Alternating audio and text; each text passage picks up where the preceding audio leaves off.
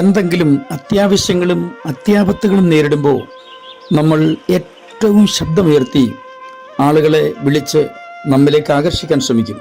ഒരാളുടെ ഏറ്റവും കൂടുതൽ ബലം, ശക്തി, ശബ്ദം എല്ലാം ഈ സമയത്താണ് വെളിയിൽ വരുന്നത്. കാരണം എങ്ങനെയെങ്കിലും അവിടുന്ന് രക്ഷപ്പെട്ടേ മതിയാകൂ. ഇങ്ങനെയുള്ള നിലവിളി ആരുടെയെങ്കിലുമൊക്കെ കാതുകളിൽ എത്തുക തന്നെ ചെയ്യുമെന്നുള്ളതും നമുക്കറിയുന്ന കാര്യമാണ്. ദൈവത്തോട് പ്രാർത്ഥിക്കുന്ന വിഷയത്തോടുള്ള ബന്ധത്തിൽ ചിലയിടങ്ങളിൽ നിലവിളിച്ച് പ്രാർത്ഥിക്കുന്നത് നമ്മൾ ശ്രദ്ധിച്ചിട്ടുണ്ട്. മറ്റു ചില സ്ഥലത്ത് ശാന്തമായി സൗമ്യമായി പ്രാർത്ഥിക്കുന്നതും നമ്മൾ വായിച്ചിട്ടുണ്ട്.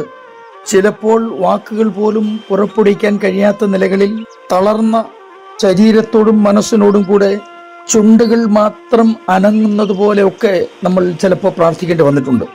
എങ്ങനെ പ്രാർത്ഥിച്ചാലും ദൈവത്തെ തിരിച്ചറിഞ്ഞു പ്രാർത്ഥിക്കണം. തിരിച്ചറിഞ്ഞു പ്രാർത്ഥിക്കുക എന്നാൽ എന്താണെന്ന് ഞാൻ വിശദമാക്കാം. ഇന്നും നമുക്ക് യേശുവിനോടുകൂടെ യാത്ര തുടരാം. ധ്യാനത്തിനായി വിശുദ്ധ മർക്കോസ് സുവിശേഷം 10-ാം അധ്യായം 52-ാം വാക്യം വായിക്കട്ടെ. യേശു അവനോട്, പോക, നിന്റെ വിശ്വാസം നിന്നെ രക്ഷിച്ചിരിക്കുന്നു എന്ന് പറഞ്ഞു. ഉടനെ അവൻ കാഴ്ച പ്രാപിച്ചു. യാത്രയിൽ അവനെ അനുഗമിച്ചു. ആയിരക്കണക്കിന് ആളുകളാണ് കർത്താവിന്റെ ഐഹിക ജീവിതകാലത്ത് വിടുതൽ പ്രാപിച്ചത്. മരിച്ചവർ ഉയർത്തെഴുന്നേറ്റതുൾപ്പെടെ മനുഷ്യന് സങ്കല്പിക്കാൻ പോലും കഴിയാത്ത അത്യത്ഭുതകരമായ കാര്യങ്ങളാണ് കർത്താവ് ഈ ലോകത്തിൽ ആകെയുള്ള 33.5 വയസ്സിനുള്ളിൽ ചെയ്തു തീർത്തത്. അതും 3.5 വർഷക്കാലം മാത്രമേ പരസ്യശുശ്രൂഷ താൻ ചെയ്തിട്ടുള്ളൂ എന്നും നമ്മൾ മനസ്സിലാക്കിയിട്ടുണ്ട് തിരുവചനത്തിലൂടെ തന്നെ. മറ്റൊരു കാര്യം, കർത്താവ് പോകുന്നിടത്തെല്ലാം യാതൊരു പരസ്യവുമില്ലാതെ തന്നെ ആളുകൾ ധാരാളമായി വന്നുകൂടുക പതിവായിരുന്നു.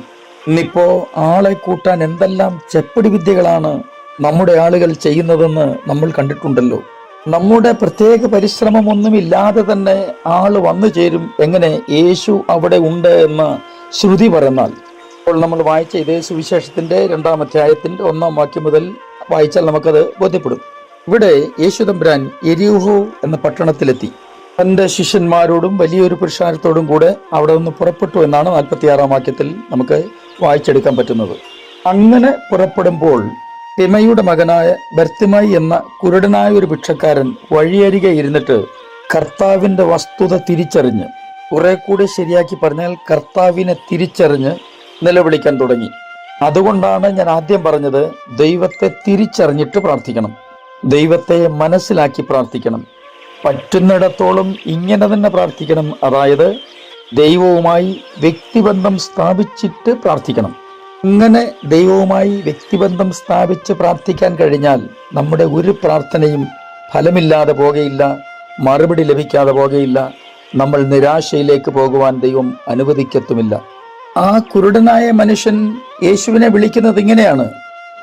സാധാരണഗതിയിൽ ഭിക്ഷയാചിക്കാൻ വേണ്ടിയിരിക്കുന്ന ഒരാൾ എന്തെങ്കിലും തരണേ എന്നുള്ള വാക്കുകൾ മാത്രമേ പറയാറുള്ളൂ. അപ്പോസ്തല പ്രവൃത്തി 3-ാം അധ്യായത്തിൽ നമ്മളിത് കാണുന്നുണ്ട്. വല്ലതും കിട്ടും എന്ന് വിചാരിച്ച് ശിഷ്യന്മാരെ നോക്കി.